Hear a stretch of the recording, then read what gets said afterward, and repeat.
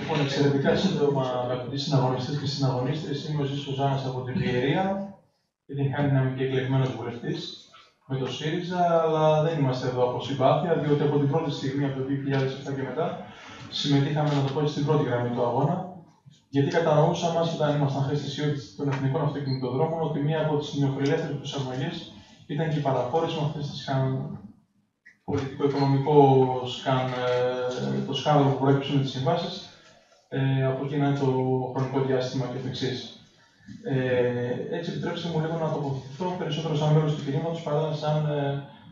διαμεσολαβητής μεταξύ κυβέρνησης και κινήματος. Θεωρώ, αγαπητοί συναγωνιστές και συναγωνίστρες, ότι πρώτα απ' όλα πρέπει το κίνημα, ή τουλάχιστον τέλος πάντων η σημερινή μας συνάντηση, η οποία αποδεικνύεται και ιδιαίτερα παραγωγική, να ξεφύγει από πρώτον από μια αντίληψη η οποία λέει ότι η κυβέρνηση επιβάλλει μια ευθυγράμμιση του κινήματος με τις κυβερνητικές πρωτοβουλίες, πράγμα το οποίο ουδέποτε επεδίωξε ή τόλμησε να προτρέψει η κυβέρνηση, διότι θα ήταν κίνδυνος θάνατος η κυβέρνηση την ίδια να επιβάλλει ένα σιωπητήριο κινηματικό, και από την άλλη, σε καμία περίπτωση δεν πρέπει το κίνημα να εσωτερικεύσει αντιφάσεις και αντιθέσεις της ίδιας της κυβέρνησης με το τι μέτρα παίρνει, τι μέτρα δεν παίρνει. Εδώ νομίζω ότι είναι μια χρυσή ευκαιρία. Και το είδαμε και στην Πιερία, ότι από την εκλογή της νέας της κυβέρνησης είχαμε ήδη δύο συναντήσεις φορέων και αγωνιστών ενάντια στα διόδια στην προσπάθεια να ξαναστηθεί η κινηματική δραστηριότητα στις νέες συνθήκες οι οποίες διαμορφώνονται.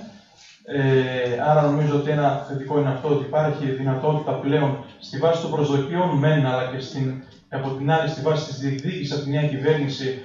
πλέον ετοιμάτων όριμων, τα οποία για χρόνια είχαμε θέσει σαν κίνημα ενάντια στα διόδια. Βέβαια, εδώ να πω, αγαπητοί συναγωνιστές και συναγωνίστες, ότι εδώ σήμερα νομίζω είναι και κατανοητό ότι βρίσκονται και τα πιο πρωτοπόρα κομμάτια του κινήματος αυτού, διότι το κίνημα δεν έχει μια συνεδριακή απόφαση, το κίνημα διαμορφώνει θέσεις, τις επαναδιατυπώνει, τις επανελέγχει. Και νομίζω ότι στην Πιερία δεν είμαστε και ιδιαίτερα πρωτοπόροι, με ποια έννοια ότι τα αιτήματα τα οποία βάζει εκεί το κίνημα, ή τουλάχιστον αυτό που πάμε να διαμορφώσουμε, δεν είναι κάτι παραπάνω από το να καταργηθούν κάποιοι συγκεκριμένοι τοπικοί σταθμοί και να καταργηθεί ο νόμος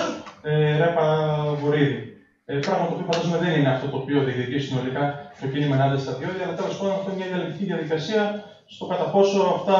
γίνονται πράξη, πάμε παραπέρα, και νομίζω αυτό διεκδικεί σήμερα η κυβέρνηση, δημιουργώντας ένα ασφαλές θεσμικό περιβάλλον, να το πω έτσι, κυρίως προς την νομική του πλευρά, και το έχει ήδη διατυπώσει και ο Υπουργός, ότι στο αμέσως επόμενο νομοσχέδιο το οποίο θα υπάρχει η αντικατάσταση κατάργηση των τροπολογιών Ρέπα-Βορίδη. Και από εκεί και πέρα όμως, εμείς, το κίνημα, από τη στιγμή που διεκδικούμε την επανασύσταση και την δυναμική του επαναείσοδο στην διαμόρφωση της πολιτικής πραγματικότητας, αυτό είναι το καθήκον μας, να πάμε ένα βήμα παραπέρα και να επιβάλλουμε πλέον και στην κυβέρνηση στο να περάσει στη ριζική πλέον ανατροπή των συμβάσεων και του ρόλου χαρακτήρα των δημοσίων οδών, το οποίο βέβαια το γνωρίζει και νομίζω ότι μην καταδικάζουμε, διότι υπάρχει και μια ανυπομονησία, είναι κατανοητή σε έναν κόσμο που πραγματικά αγωνίστηκε, διώχθηκε, κυνηγήθηκε τα προηγούμενα χρόνια, άμεσα να υπάρξουν ανατροπές. Το γνωρίζει όμως η κυβέρνηση. Εγώ διαφωνώ ότι δεν υπάρχει πολιτική βούληση. Ουδέποτε και ο ίδιος Υπουργός δεν αρνήθηκε να μας συναντήσει για να συζητήσουμε το θέμα των διοδίων. Καταλαβαίνω ότι ίσως δεν είναι η πρώτη του προτεραιότητα, γιατί ταυτόχρονα η κυβέρνηση διαπραγματεύεται και ξέρετε πάρα πολύ καλά ότι πιθανόν και σε λίγο χρονικό διάστημα να μπαίνουν άλλα ερωτήματα πιο κομβικά και πιο να μαζέψουμε τα συμπεράσματα. Λιγάκι, ένα λεπτό ακόμη για να τα κλείσουμε. Συγγνώμη, καταλαβαίνω εγώ αμέσως. Δεν θα προλάβω να κλείσω. Στο εξής, να υπάρξει από εδώ, από τη συζήτηση η οποία προηγήθηκε, τα συμπεράσματα τα οποία από εκεί και πέρα νομίζω ότι και στις περιοχές μας αντίστοιχα τα κινήματα μπορούν να συμμορφούν παραπάνω και όντως αμέσως μετά την τροποποίηση των νόμων Ρέπα-Βορίδη να δοθεί δυνατότητα να αναπτυχθούν και νέοι αγώνες στους χώρους των διοδίων, των σταθμών κτλ. Ευχαριστώ πολύ.